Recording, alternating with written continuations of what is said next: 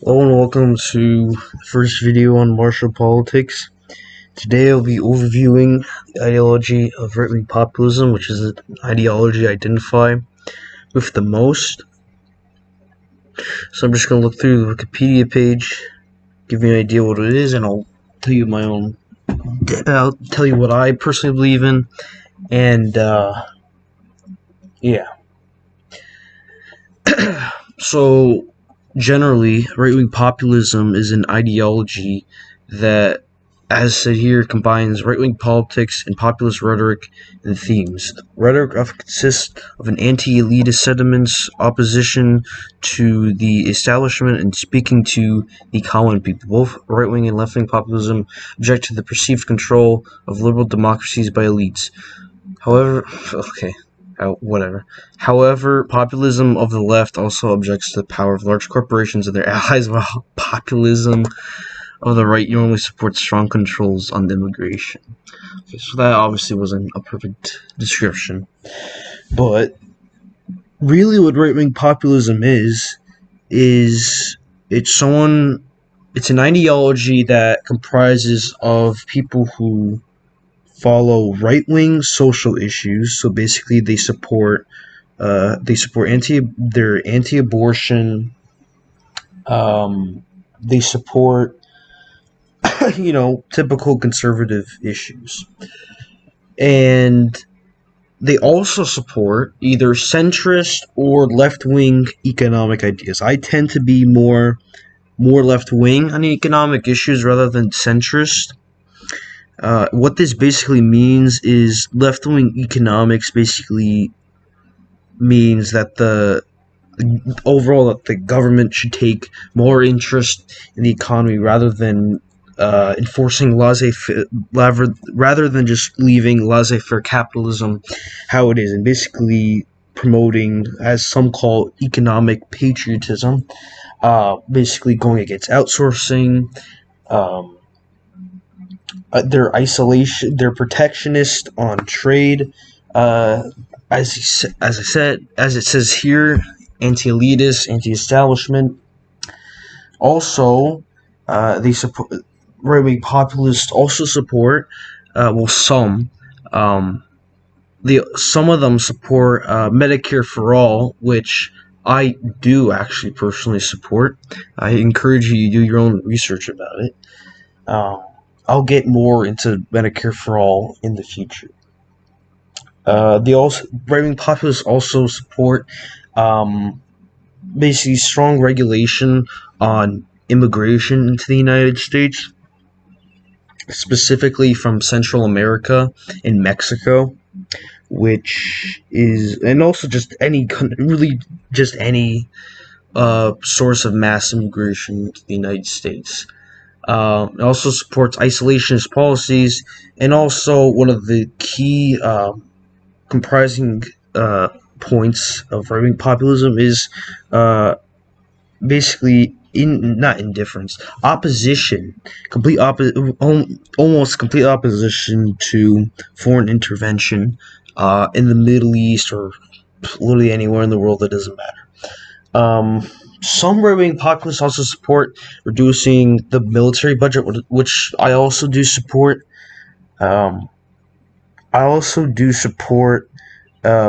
Higher taxes on the rich and corporations, which is also another big populist issue, which is also on the left. That's basically the generalization of policies for right-wing populists, basically supporting regular common people, hardworking people, just working class people, blue collar, rural people. That's why Trump, who is using right-wing populist rhetoric, that's why he did so well in the Rust Belt, because he was able to tap into this populist energy there, which has also been historically there since about mid to late 19th centuries.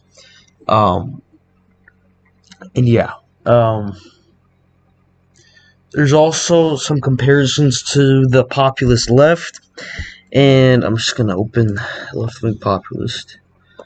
Wikipedia page. Left-wing populism, they're more or less the same on economic issues. I mean, supporting Medicare for all. Not anti-capitalism necessarily, but I think just anti-laissez-faire capitalism. And yeah, one of the major differences between left-wing populism and right-wing populism is that left-wing populists don't support massively limiting immigration. They don't support that at all. In fact, some of them support the complete opposite, which is again not. You can argue how somehow that might be a populist position, but it's really not. I'll get more into that in the future.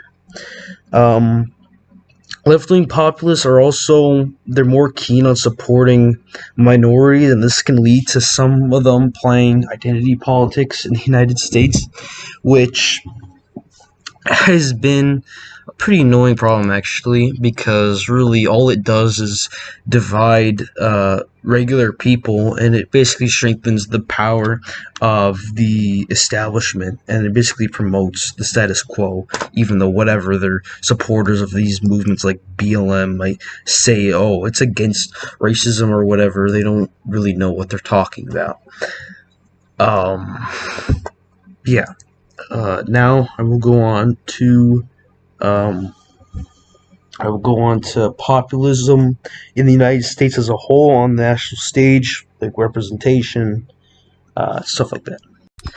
So now I'll go on to talk about right-wing populists on the national stage in the United States. I'll go over 6 of them. Uh, Actually, no, 5. Sorry. The first one I'll be looking over is Tucker Carlson, who's a Fox News host. He's currently the host of Tucker Carlson Tonight, which has been on the air since 2016. And in many, many segments, he has been consistently populist and has really supported this. He's supported a lot of left-wing economic positions, which have been important, introducing it to the mainstream. He is, he's fiercely loyal to President Trump, and he did write a book in 2018 called "Ship of Fools: How a Selfish Ruling Class Bring America to the Brink of Revolution." I encourage you guys read that book. It's actually a pretty good book. It goes over a lot of problems in modern American society, which are still relevant, of course, 2 years later. And he goes over important issues to right-wing populists, even though he says he's not a populist. He has his own definition of populism.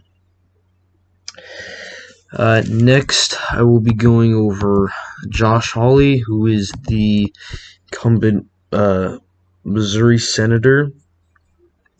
You may know him recently for recently objecting to the certification of the election results, which it's just, I'll talk about it in another video. But put it short, I think it's just stupid. But yeah, Josh Hawley, he's one of the few elected national populists, like in a high government position, unless you count Trump. However, he's really he's fell short on several occasions, but he might, if you remember, he supported $2,000 checks, and he kept pushing for that, which I thank him for. That was very nice. The problem with him is that he supported the 2017 Republican. Excuse me. The sorry.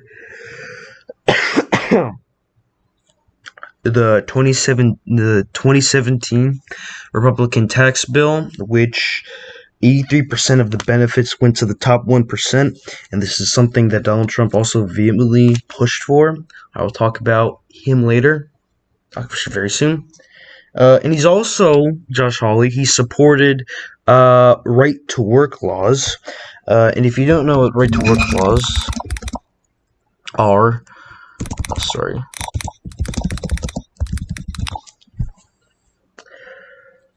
As said here, it is the name for a policy designed to take away rights from working people. Backers of right to work laws claim that these laws protect workers against being forced to join a union. The reality is that federal law already makes it illegal to force someone to join a union. So this law is just, these laws are just blatantly just corporate. It's so clear, and really, it's not a populist position whatsoever. And it really saddens me to see people like him supporting that. And that's also just taps into a bigger problem, which is the lack of there's no authentic right wing populists on the national stage.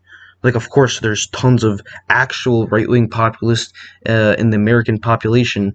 The main problem is there isn't really that much elected representation in the United States. And if they claim to be, most of the time they're not. And that's a big problem on the national stage with populism, leadership, the populist right. Now I will go over Pat Buchanan, who was he is like the classic. He's not necessarily a populist. I guess you could say he's kind of like a populist. He's more centrist on economic issues. But he does. But he is a paleoconservative, which is similar to right wing populism. He basically pushed for a bunch of anti-establishment positions, and he ran for the Republican nomination in 1992 and I think 1996. Let me check. Oh yeah, 1992, 1996. Yeah. Later on, he he also ran for president in 2000 on the Reform Party ticket, and he was a very important anti-establishment figure, and he actually had a lot of support when he ran for president. And yeah, he really just hammered a lot against the incumbent president George H.W. Bush. And as I said here, he ran a platform of immigration reduction and social conservatism. And he also opposed multiculturalism, abortion, and gay rights. Buchanan challenged Bush, whose popularity was waning, when he won 38% of the New Hampshire primary. 38% of the New Hampshire primary. In the primary elections, Buchanan garnered 3 million total votes, or 23% of the vote. And he's like the original paleo-con right-wing populist, and yeah, he's important for basically the groundwork of this current movement. And also, we have one more famous right-wing populist is also Donald Trump. I have my own different opinions about him. I believe that really a lot of the policies he pushed for as president have not been populist, actually. For example, he cut the estates tax, which benefits the top 3/10 of the 1% for the most part. And he also supported the 2017 Republican tax bill, which, as I said, 83% of the benefits went to the top 1%. Other than that, beside economic positions, he's been a reliably conservative president, which I do support, and I'm grateful for that. A great problem that he had during his presidency was passing Medicare, sorry, what am I saying? Healthcare reform, and he did not effectively replace Obamacare, and the groundwork is still there for Obama, even though he got rid of the individual mandate, stuff like that. He just fell short on many fronts as well. His foreign policy was pretty decent. Something I just don't like is that he didn't go far enough with withdrawing troops from the Middle East, where there still are troops currently right now as I speak. And that's a big problem. And I don't like people who just fawn over him. And to be honest, I just find it coldish and pretty annoying, actually. But yeah, from a social conservative standpoint, he's been a pretty good president. From overall right wing populist perspective, you specifically when you look at economic policy, he's fell short. One of the good things I can give him credit for, which I very much support, is his immigration policies, which have been very useful. The last example will be Nick Fuentes, who was a big Trump supporter. Okay, sorry for that. Nick Fuentes, who is a big Trump supporter, as I just said, he has been very useful in attacking the Republican establishment and attacking Turning Point USA. Yeah, you do with Turning Point USA. Charlie Kirk and all these people at Turning Point USA, they're absolutely terrible, and they're just corporate garbage. And they literally caused Trump to lose the youth vote by a wider margin than in 2016. But yeah, people like Charlie Kirk, Candace Owens as well. These people are not serious. Candace Owens is a grifter. It's so obvious, but yeah. I do a lot of his right wing policy perspectives. I do support. The only problem is he's a little too sycophantic about Trump, I guess I would say. That's really just the biggest problem I have with him.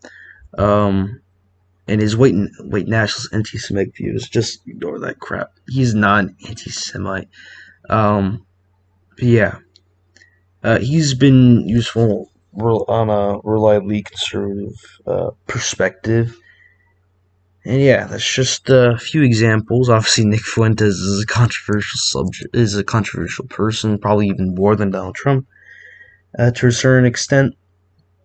But yeah, now I will go on to the Republican establishment and what they are doing, and just completely ruining the right-wing populist movement. Yeah. So now we'll discuss the ruinous Republican establishment, which is oftentimes or just as bad as the Democrat Party establishment. These people, which I'll outlay here, these top individuals are Mitch McConnell, Lindsey Graham, Mike Braun, Mitt Romney, many others. So Mitch McConnell is an infamous rhino. He's really just he's just a corporatist, garbage, shitty person. Somehow he just keeps getting reelected in Indiana. But, yeah. Mitch McConnell is one of the longest-serving United States senators in American history. And ever since he's taken office, he has essentially just completely... He's basically the conductor of the United States Senate, and he's literally the embodiment. He's the epitome of the Washington swamp. He supports right wing conservative economic issues, which obviously favor big corporations over regular people. He is also majorly supported by the Koch brothers, and they have consistently just completely supported him, and he does their bidding. Another example is Lindsey Graham, who is a senator from South Carolina. Lindsey Graham was originally a staunch opponent of Donald Trump, but now he just completely loves him. And it's just, this guy, he's also just complete garbage. He supports right-wing corporatism. He supports corporations' special interest over the American people. And this this guy, he's consistently ruled against populist policies. I mean, this guy is just a lockstep garbage swamp. Next is Senator Mike Braun, who's a senator from Indiana. During the summer, he went on Tucker Carlson's show, where Tucker Carlson just completely obliterated him over his support for basically ending immunity for police officers, which in it itself I don't necessarily agree with, but you have a larger issue at play, which is the power of these. You literally just have these large radical organizations such as Black Lives Matter, who are also supported by the same people who fund Mike Braun. All these billionaires and millionaires who keep supporting these people to maintain the status quo, and it's just amazing how people don't realize this. But yeah, he's been consistently anti-worker, corporations first, and originally he was supporting free trade. He was supporting free trade, which has decimated the auto industry in the Midwest and has completely just it's taken away jobs from hundreds of thousands of people. And it's really had a debilitating effect on American society, and this guy is just garbage, complete garbage. Another example is Mitt Romney, who is also, yet again, he's close to the epitome of the Washington swamp. He was the 2012 Republican nominee, and he lost to Obama miserably because he's a terrible candidate, and he's just a terrible person. Honestly, he's obviously a corporatist as well. He's massively supported by big corporations in Washington. Currently, he's serving as a senator from Utah because he's a Mormon. So, yeah, he's just been consistently anti-worker, pro-big business. I'm pretty sure he voted against $2,000 stimulus checks along with all these people. And he's just an enemy of the American people, honestly. Now, I will move on. Also, I will move on to separate issues that these people support, and also go over some other examples of establishment creatures. One of the other issues they push relentlessly is support for more foreign wars, specifically in the Middle East.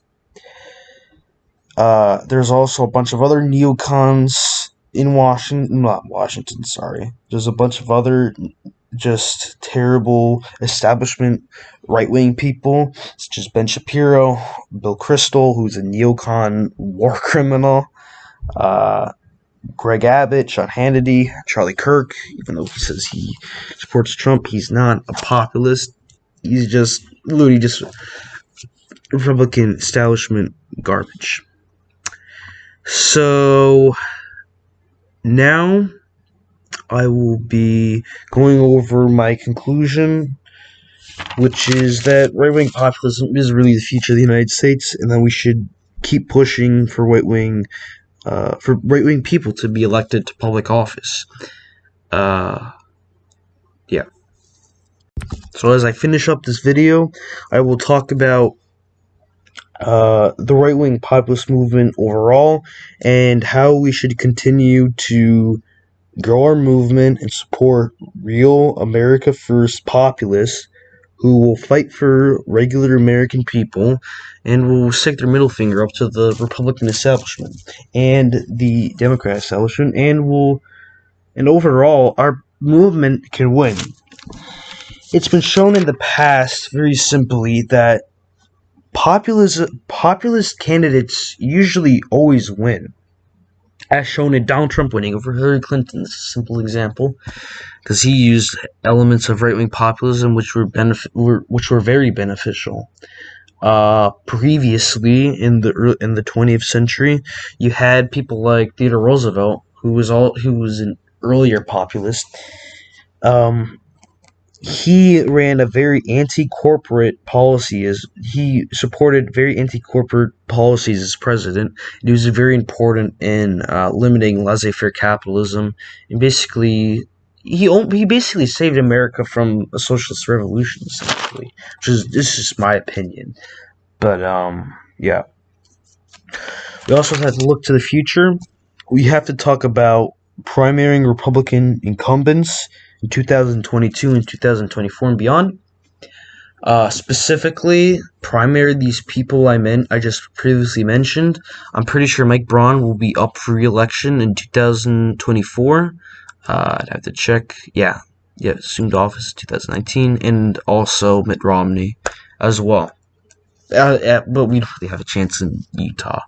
But yeah. But in the future, you have in 2022 we have another senator from Wisconsin. His name is Ron Johnson. He's just corporate garbage. I don't know why he's a senator in Wisconsin. He does not represent the will of the people of Wisconsin at all. Yeah, he really just needs to go. He's probably going to be retiring though, so that will be more beneficial to us since it's harder running against just regular incumbents because incumbency advantage. Um, we need to push more authentic right-wing populists who will support restricting immigration, um, support left-wing economic positions, promoting American manufacturing, go against outsourcing jobs, basically just putting America first in foreign policy, being strongly anti-abortion, support anti-affirmative action as well, which is another issue I'll talk about in the future. Uh, Reducing the military budget, which is completely bloated and only benefits the military-industrial complex in Washington. All these armed contractors who are literally benefiting the most from the current status quo. Raise taxes on the rich. Just support for regular people. These people just do not represent the will of the American people. And this is just a big problem overall, not just in the Republican Party, obviously, but also in the Democratic Party. You have a lot of politicians who just do not represent the will of regular people. And they stay in power because no one does anything. And that's why we really just need to change our attitude about it and look towards reforming the system, pushing right-wing populists, and yeah. We also have to look into the future in 2024 with President Trump. His term is going to be ending 9 days from now, as I'm currently recording this video. And we need to look to people who can lead the right-wing populist movement forward and can really just make the Republican Party a party of the American people, not of special interest corporations in Washington, D.C. and all over the nation. We also should look forward towards pushing the Florida Governor Ron DeSantis to go more left-wing on economic issues as well, as he would be a prime candidate for president 2024, because in my opinion, I think that governors, I think having executive experience is very much necessary for being president of the United States, and I think supporting a governor like Ron DeSantis would be much more beneficial. Not Kristi Noem. She's literally the most overrated person in the Republican Party right now. Yeah, we need to hope for Ron DeSantis, and maybe if we still support Tucker Carlson, maybe Tucker Carlson could be the Republican nominee in 2024 as well. Yeah. That concludes this first video. I know it was pretty long. I hope you enjoyed it. Like and subscribe for more. And if you have any questions or criticism in the comments, then I'd love to hear it. Anyways, thank you for watching, and I'll see you next time.